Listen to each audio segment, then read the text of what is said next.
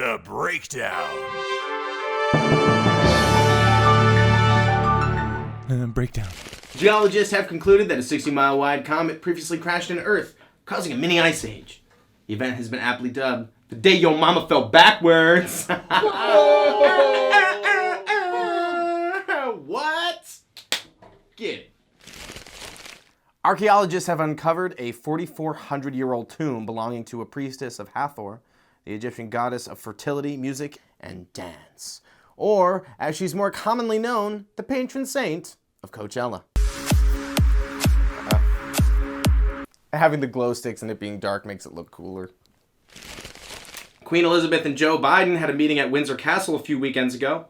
The two leaders discussed immigration, trade, and why they don't make shows as good as MASH anymore.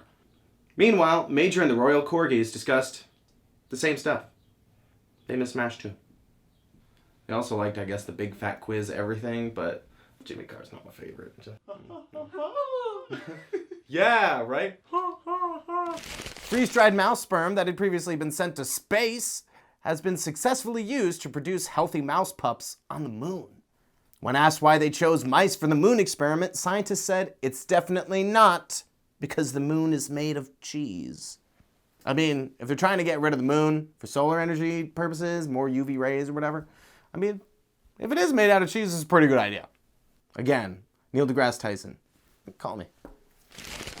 Scientists have discovered the bones of the oldest shark bite victim on record, who died nearly 3,000 years ago.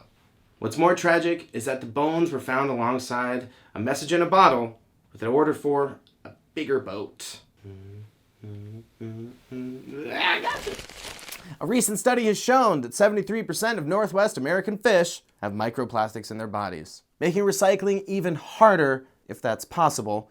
Other studies have shown similar results in the southern coast of California, in places such as LA and Orange County and Hollywood. A recent study at the University of Arizona might have found a link between low self-esteem and seeing friends' gym selfies. That's kind of funny. I mean, my self-esteem was low way before I had any friends. A related study has confirmed that there is no link between depression and birth control. Or maybe that's just how great it feels to not have children. The U.S. is facing a national chlorine shortage affecting the majority of public pools still, and this guy, frankly, could use a dip. This means that instead of peeing in the pool, it is highly suggested that you use the bathrooms, you filthy animals. No one has ever wanted to swim in the aftermath of your morning cup of hot brown. This breakdown was sponsored by Hot Brown, now officially FDA watch listed. You have to take a sip. Oh, just drink it. Now smile. Scientists have discovered a new recipe for an even stronger COVID-19 vaccine. Thank whomever, am I right? The new vaccine actually uses unused bits of viral material and organic material. And such ingredients include quinoa, goji berries, acai berries, and I think it would be a great opportunity for me to use my Tasmanian pepperberry, which I've had in the pantry for a long ass time and really need to start using. So, as it makes sense that a hearty home-cooked meal would actually be something that would make you feel better, I've decided today to cook my favorite dish, something that'll always make me feel better. Chicken Parmesan, which is a dish that my mom came up with after she fell off the highest peak of Mount Kilimanjaro. She was actually cooking jackal at the time, thought it was chicken, said it tasted like chicken, and I was named after this recipe. Let's have a good time. This is some chicken Parmesan. Of course, in order to have a good chicken parm, you need to start with a sauce. And in order to do that, you need a pot. And in said pot, you're gonna need some ingredients, am I right? No, we're not using the acai berry. We're actually using onions and oil. So oil first goes in the pan. Boop, put that sucker right here. And then we grab some onions because you need something to kind of give it some life, right? Which goes in here, a whole white onion, a red onion, and then when we have that cooking, we're gonna add our spices because you know what life is? Sugar and spice. A spice is nice. Let's get some spice. What we're gonna do is we're gonna take this oregano. We're gonna say, that smells good, smell like a pizzeria. That's how you want pizza to smell like. Ooh, this should be basil. That is weed. Let's throw it in there. We're in Illinois, am I right? We're gonna get minced garlic. Minced. All right, delicious. This Tasmanian pepperberry I was telling you all about. We're gonna take a big whiff because it actually has some hallucinogenic effects, which might make you sneeze a little bit.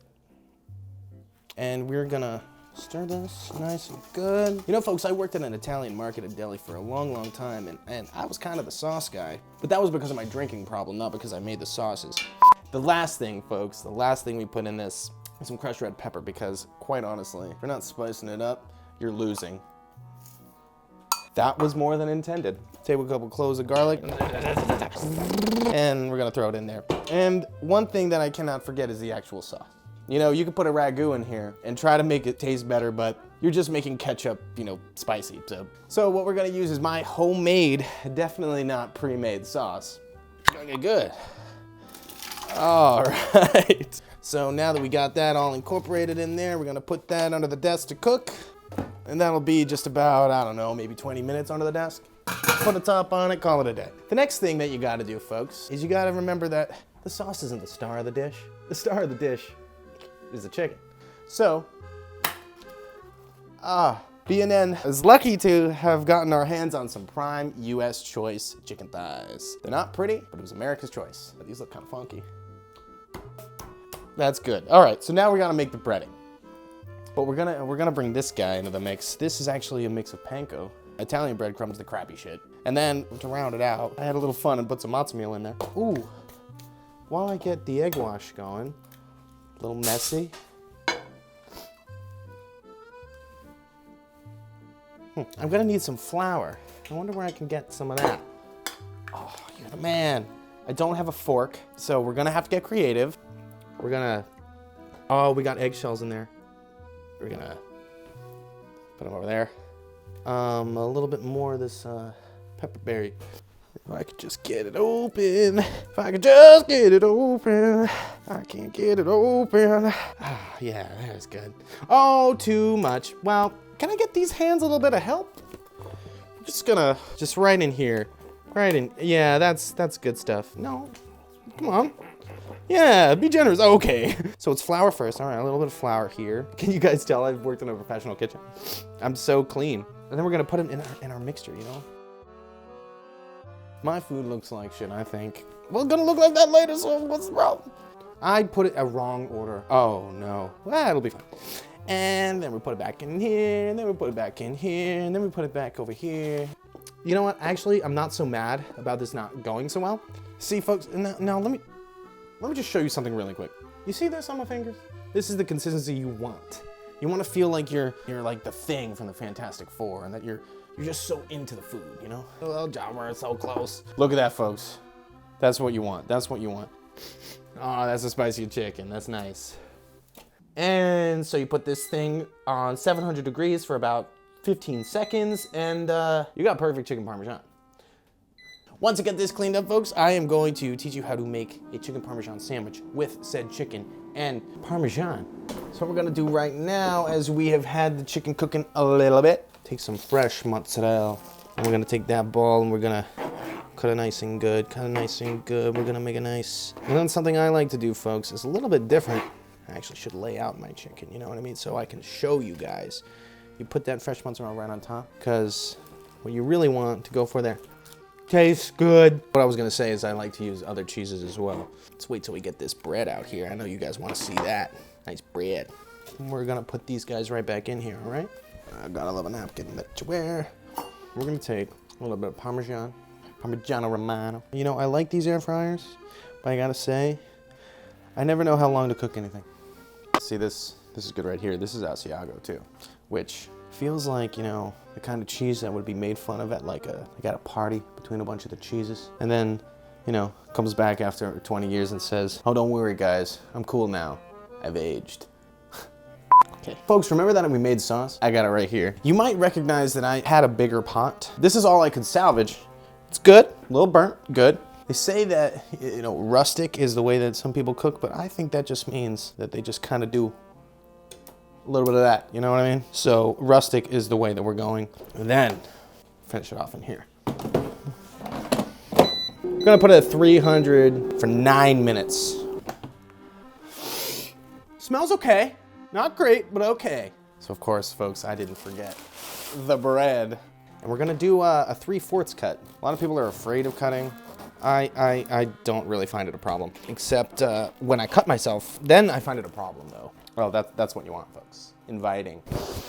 And how do we get this from here to here? All right, we're just gonna, oh, that's hot. Excuse me, folks. All right. Oh, see, that's what you want, folks. You want a good cheese pull. And because we use chicken thighs, you don't get that, you know, spillage outside, you know what I mean? When I do chicken breasts, actually, folks, I actually chop them, which ruins all this beautiful work that we've done. A good sandwich, apparently, with this size bread needs about 6 thighs. I know it seems like a lot, folks, but I've made enough to feed a studio audience. Unfortunately, only I'm here. So I guess, well, you won't have to see me eat it all. I mean, I'll just do that later when I cry.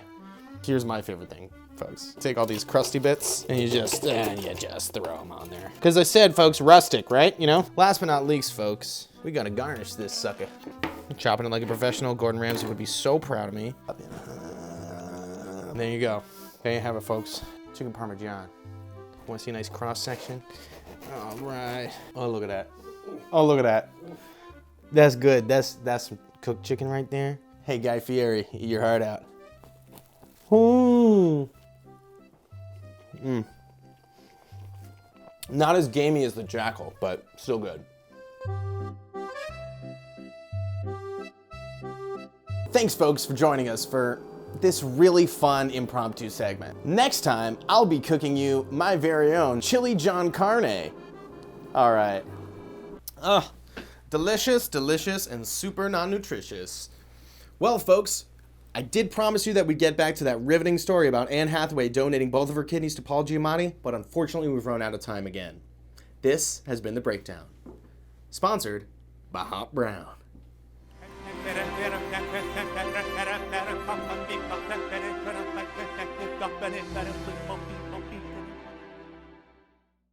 You gotta put oregano in it, though. You gotta put oregano in it.